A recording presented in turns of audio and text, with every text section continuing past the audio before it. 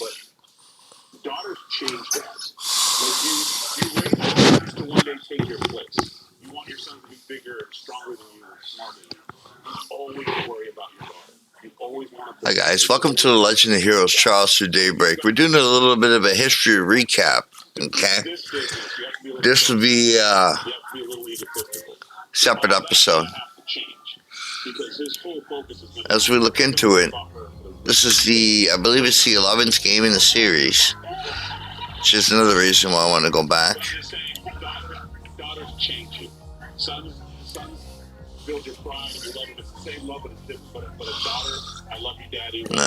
This is really good stuff here. Let's see, past trails. What is it? What is the Trail series? Trail series is a saga of stories following many heroes across the Zemurian continent, where most people worship a single goddess known as Helios. And technology has been progressing by leaps and bounds thanks to the use of wearable technology.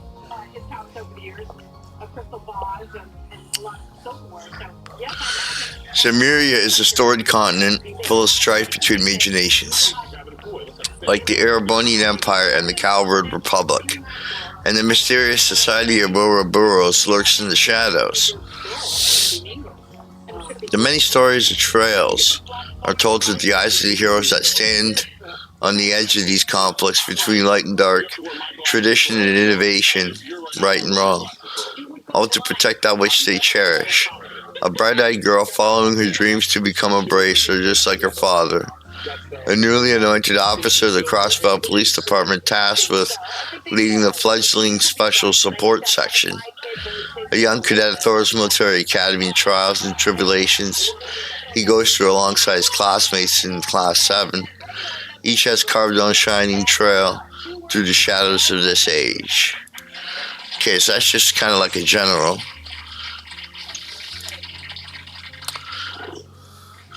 This is the timeline here. They go back all the way to 0. Huh. Now, remember, this game, I believe, don't quote me on this, but there's an anime, I think it's in Japanese, I'm not sure, but they have a lot more material. They have printed strategy guides for all the games in this series and everything. We have nothing. English-speaking part of it at Nisa's end. We didn't get them translated. We don't have any of that. Basically, all we had was if we had a 1 month, I think it was 1 month, however the launch goes, but whenever the games were introduced, they had this special launch edition, which I got with Trials from Zero. This is one of the games in here. And it had just basically like an art guide and just, just little things about it. But like I'm talking like strategy guides, the old ones that we used to get, like Skyrim and all that shit. They have guides like that for all these games. I just can't read them.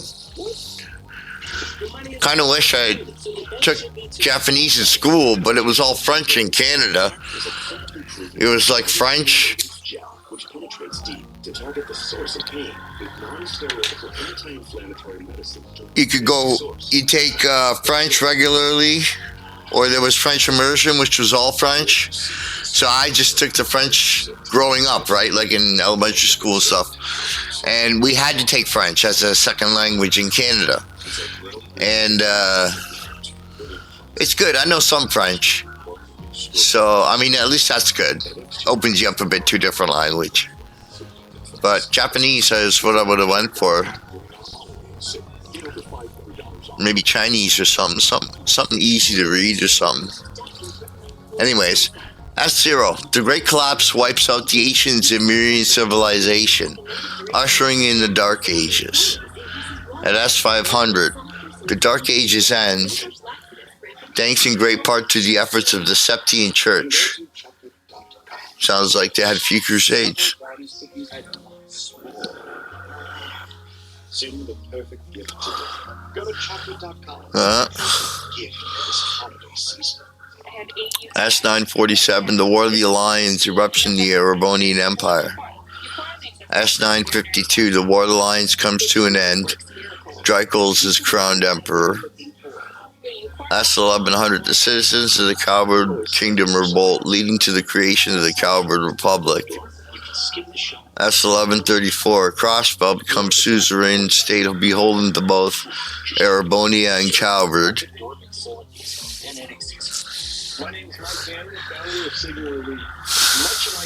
S1150, Professor C. Epstein kicks off the Orbital Revolution. Oh, there we go. Everybody had cars, buses, bikes, trains. S1178, the Salt Pale appears in Northumbria, spreading disaster throughout the then Principality. S1192, the 100 Days War ignites between Erebonia and Liberal.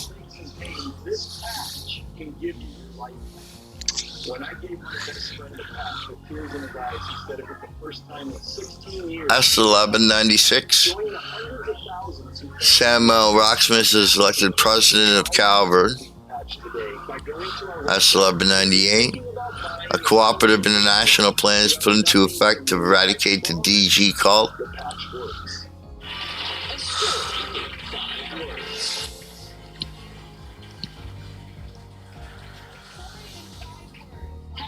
We haven't even gotten to the first game yet. S1202. This is what I mean about lore, and this is all we got. S1202. Liberals Intelligence Division orchestrates a coup d'etat, and that's the Trails in the Sky, the first one. Normally referred to as first chapter. They'll be doing this whole game, and it should be out 2025 is the Japanese, Chinese, whatever it is, date. And then it usually takes a year for translation. Or it may come as English and another language at the same time. I do not know. But I know in 2025, they'll be coming out with the new one. And that I'm going to play big time. Just 1203, the orbital shutdown phenomenon spreads across Liberal, and a mysterious floating island appears in the sky. This is Trails in the Sky, second chapter. I heard it's a good one. Now, what they don't show here is Trails in the Sky, the third chapter, which I don't want to, it's like a whole storyline thing. I'm not going to spoil it, but it doesn't involve the timeline. Let's just say it that way. I know bits about it. I don't know the whole thing. I wish I would have played every single one of these thoroughly. S1204, remnants of the D&G cult sow chaos across Crossbell. Trails from Zero. Crossbell bids for independence. This is Trails to Azure. Civil War breaks out in Erebonia, and that's Trails of Cold Steel 1. That's a busy year. S1205, the Erebonian Civil War ends and Crossbell is annexed to the Empire. That Trails of Cold Steel 2 here, that's a really good one too.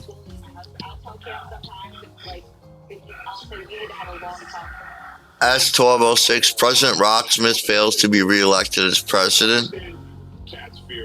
Erebonia invades Calvert, culminating in the Battle of Jormungandr. Trials of Cold Steel 3 and 4. Must be a big one. S1207, Roy Gramhart takes office as Calvert's new president. And then Crossbell overcomes one more barrier and finally reestablishes its independence. That's in Trails into Reverie. And then S1208, a new story begins, which is probably what we're doing now. So Trails into Reverie takes endings into 3 different arcs. It takes the Liberal arc from Trails in the Sky 1 to the 3rd, or I should say first chapter to the 3rd chapter. Then it takes the ending from the 2nd arc, which is Trails from Zero to Trails to Azure. This is the Crossbell arc. And then it takes the ending of Trails of Cold Steel 1 all the way through 4. And then it ends that one in this one as well. It's a very important game. Trails into Reverie. And I have all these games. And Trails into Reverie, I'm not even Normally I download them and then run them to see if they work. I haven't done that with this game because I don't want to ruin it, right? Like I don't want to get into it and then just go straight to the endings and not even play the full experience. So that's one thing. You can start at the start of an arc. Say if you don't want to start back in Trails in the Sky first chapter. You can start from Trails from Zero. That's the start of an arc. Okay, so you don't really, you know, you lose a bit, but you don't lose that much at the start of an arc. And then Trails to Azure is the ending until Trails in the Reverie. So, Trails of Cold Steel 1 is another one.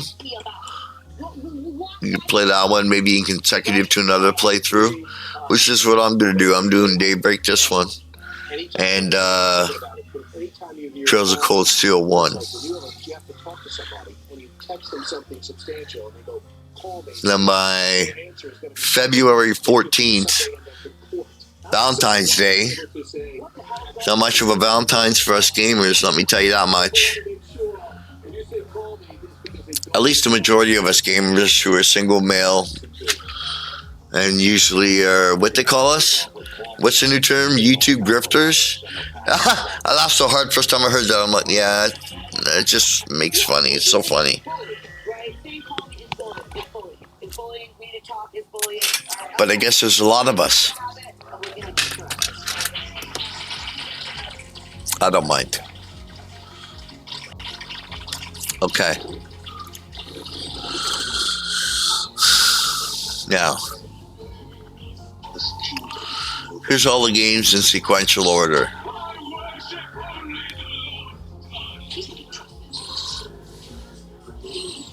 All the way until the next one, which is Tales of Daybreak, which is what we're in now.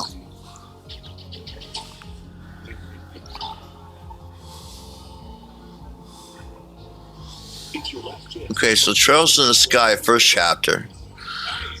This story follows Estelle, a young lady living in the outskirts of Roland, a town in the Liberal Kingdom. And Joshua, the young boy raised as her brother. Together they follow in the footsteps of their father Cassius to become bracers. This is a good one, by the way, the game. One day Cassius leaves the two behind to handle an incident caused by Erebonian forces. His absence leaves Estelle and Joshua to undertake a request meant for their father that takes them across the Liberal Kingdom as they endeavor to become fully fledged bracers. Their bond grows even deeper as both of them travel and overcome countless obstacles. Their journey is full of heroism and growth, and not just personal. Estelle's bond with Joshua deepens every day, but shadows lurk about, shadows Estelle is not aware of. Soon she will have to contend with a massive conspiracy her eyes never knew existed, and come to terms with the role she will play in the lurking shadows of Liberal. Yeah, it's a good one.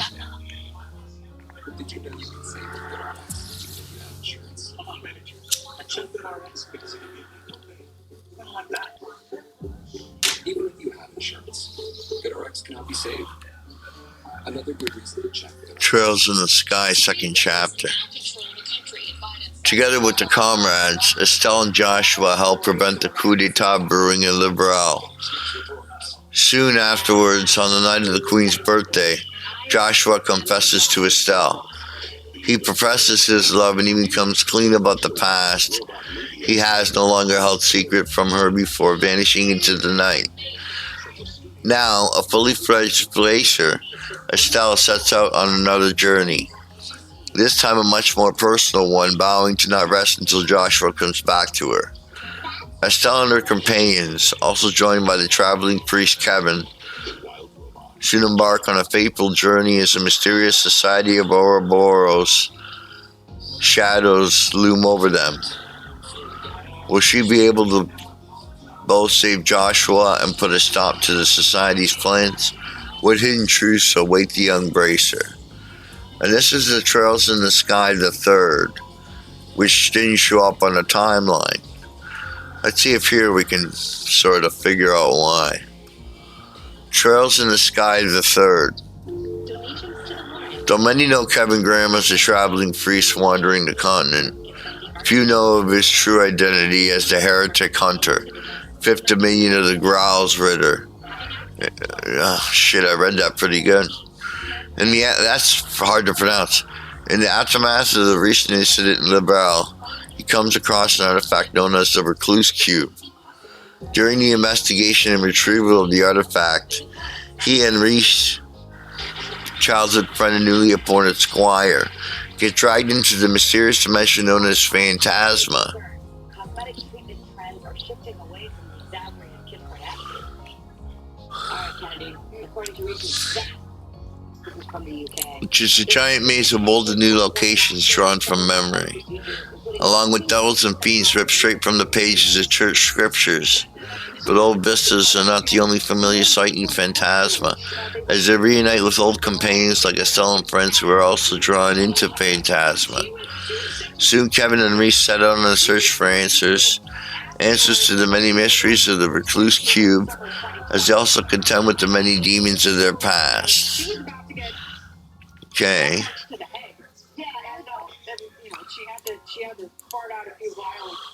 Trails from Zero. I am grateful for the Kardashians because if they are figuring out new ways that are less invasive and less expensive to be sexy, everyone should be celebrating that. Now, where is the applause for that? Crossbell City is a place of duality, bordered on all sides by two massive superpowers while also harboring both a bountiful economy and a notorious seedy underbelly, earning itself the moniker of the City of Sin, with the goal of improving their deteriorating public image. The Crossbell Police Department has opened a new division called the Special Support Section, geared towards helping the citizenship directly by way of support requests. This becomes an uphill battle. The brand new division, treated by many as nothing more than bargain bin bracers for our 4 new members of the fledgling SSS.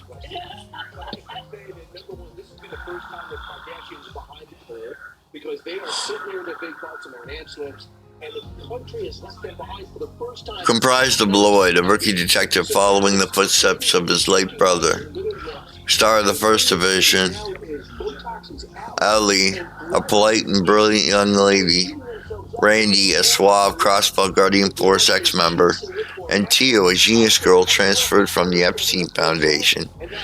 The SSS will have to make use of their unique strengths to surmount the many challenges Crossbell, a city of both light and darkness, has for them. There is no barrier that the SSS cannot overcome. Okay. This is Trails to Azure. Crossbell is now safe from both the Mafia and the rampaging cult of fanatics, all thanks to the Special Support Section's efforts. However, their work is far from over. After the Mafia's collapse, Crossbell's underworld is now left with a power vacuum and many entities seeking to fill that void, all while Ouroboros snakes start to slither in the shadows. The SSS, with new members on board, soon prepared to begin anew and continue on their rocky path. The way ahead may not be so easy, though, as Crossbell's own destiny and history start to intertwine, and the SSS soon may have to face those truths, alongside the truth behind the young KEA. Kia? Is that a name? That don't look like a name. They look like abbreviations for something. KEA, who the SSS has taken in his family. It's got to be a name. Amidst this chaos, Lloyd challenges the barrier standing between him and that which he cherishes, not straying far from the path he's chosen. This Trails of Cold Steel 1. Now we're going into the Erebonian Empire is rapidly heading into a heated conflict as tensions rise between the noble faction, led by Erebonia's four great houses, and the reformist faction, helmed by Chancellor Julius Osborne.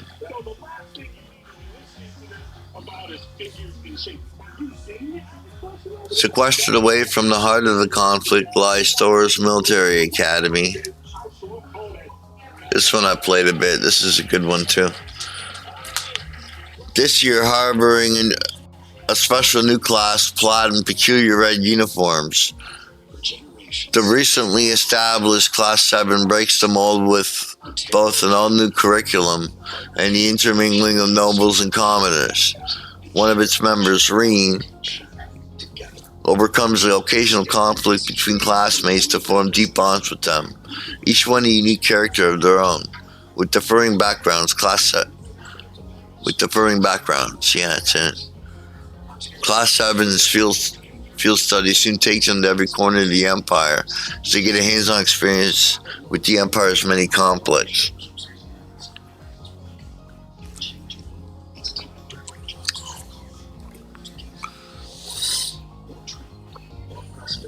Got Trails of Cold Steel 2. Civil war breaks out in Erebonia following Chancellor Osborne's assassination. A sniper bullet heralds chaos as a giant warship descends from the skies, harboring a brand new menace known as Panzer Soldats, massive humanoid weapons. Ouroboros, of course, is not far behind forever, lurking just below the surface. In the midst of the confusion, Reen wakes up on the snowy mountains near his hometown. I'm dying to get into this game, by the way, Trails of Cold Steel 2. I heard from people who play it's really good, so. Accompanied by just a talking black cat and the massive ashen knight Valimar. With his comrades left behind, Reen sets out with Valimar on a journey across a war-torn empire to reunite with his lost friends and unravel the conflicts of Erebonia's civil war. Trails of Cold Steel 3.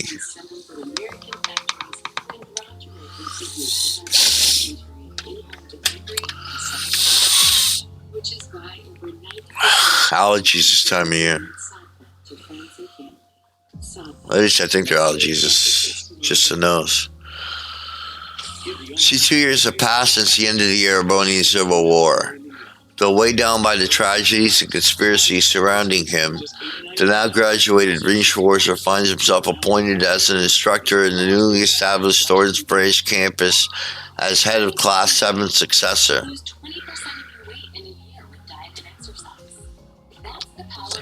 They retake the old tradition of field studies, Reed now leading his new students as tensions rise between the Republic and the Empire in the wake of the Chancellor Osborne's rule following the Civil War. It won't be a straightforward school year for any of them. However, spurred on by a fateful meeting of the now occupied Crossbell and by the Hexen clan, a coven of witches, they will unearth many of the mysteries buried in the annals of the history of the Empire. Trails of Cold Steel 4. Give me a second.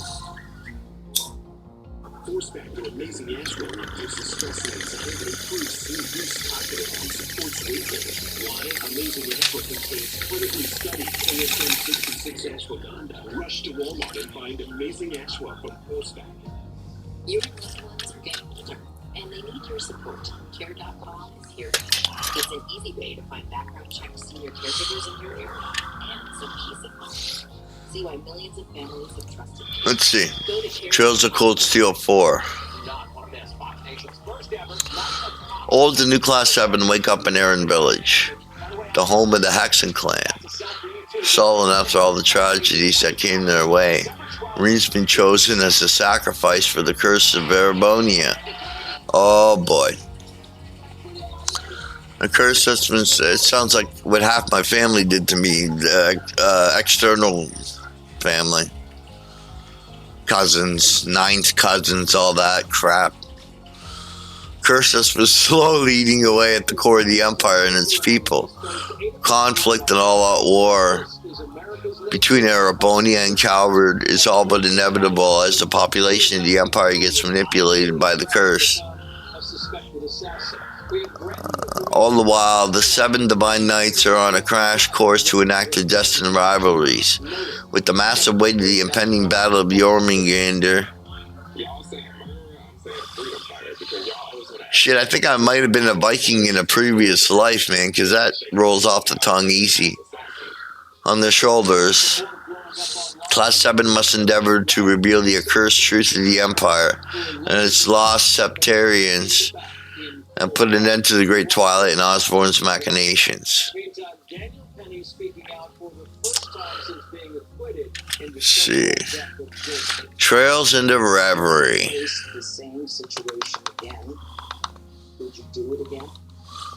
This game I heard by a lot of people is very long. 3 storylines, etc. But I like them like that anyways. And you see, with the battle over Jormungandr over and Erebonia's curse vanishing, suddenly there's a ray of hope for Crossbell to regain their independence. Lloyd and the special support section have been working in the shadows over the years, following the annexation. Can finally return to the public. I think I got that right. However, former Governor General of Crossbell, Rufus Alberea, crashes the party on the date of the Declaration of Independence. He takes control of the city and declares the formation of the United Nation of Crossbell, brainwashing their populace with the help of a dancer clad in black. Despite the grim situation, Lloyd decides to stay in the fight. In the meantime, Rean finds himself yet again tangled in the Empire's destiny, and a mysterious masked man known as C begins his travels with a doll named called Lapis. A new story arises as the past of these 3 heroes start to intertwine. So that's basically it for all the stories beforehand. And when you get Daybreak, you get this as well. I'm not going to get into it here, but there's definitions and a few other things that you'll need to go through before you start the game, just to know a few things. This breaks it down by all the different regions. This is factions and organizations. So it's a good one to pick up. If you want to start, you can start with Daybreak. It's no problem. It's the start of an arc. And it's like I said, with my playthroughs, I'm probably doing Daybreak and then Trials of Cold Steel 1. But anyways, guys, this is it for the kind of history recap. So I want to keep it separate from the playthrough. Okay. So have a good one. Subscribe. Send me all that money. And take it easy, all right? Have a good one. And keep watching. To go over very briefly what Kevin kind of laid out there in this timeline here, put this up on the screen. Graduated as a